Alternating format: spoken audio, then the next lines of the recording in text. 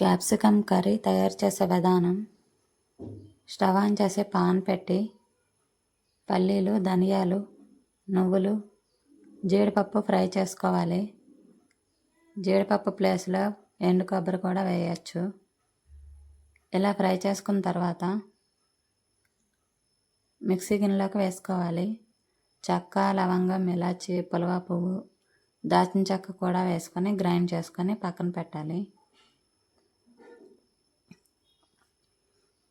అదే పాన్లో ఆయిల్ వేసి కట్ చేసిన ఉల్లిపాయ, టమాటా ముక్కలను వేసి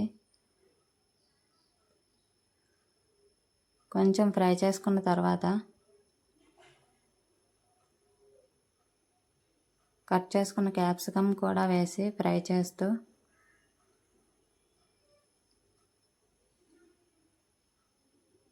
ఒక స్పూన్ అల్లం వెల్లుల్లి పేస్ట్ కూడా వేసి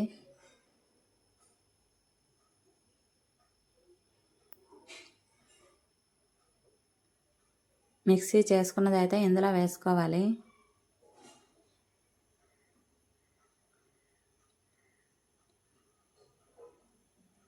అందులో కొంచెం పసుపు, రుచికి సరిపడా కారం వేసి కలపాలి.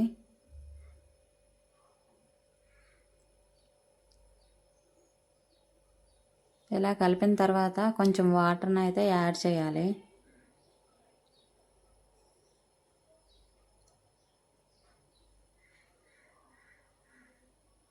వాటర్ని యాడ్ చేసిన తర్వాత రుచికి సరిపడా సాల్ట్ కూడా వేసి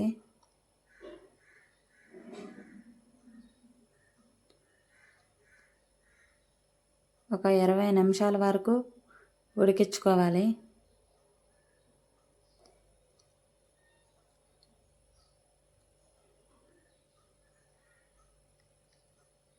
ఇలా ఉడికించిన తర్వాత దగ్గరగా అవుతుంది.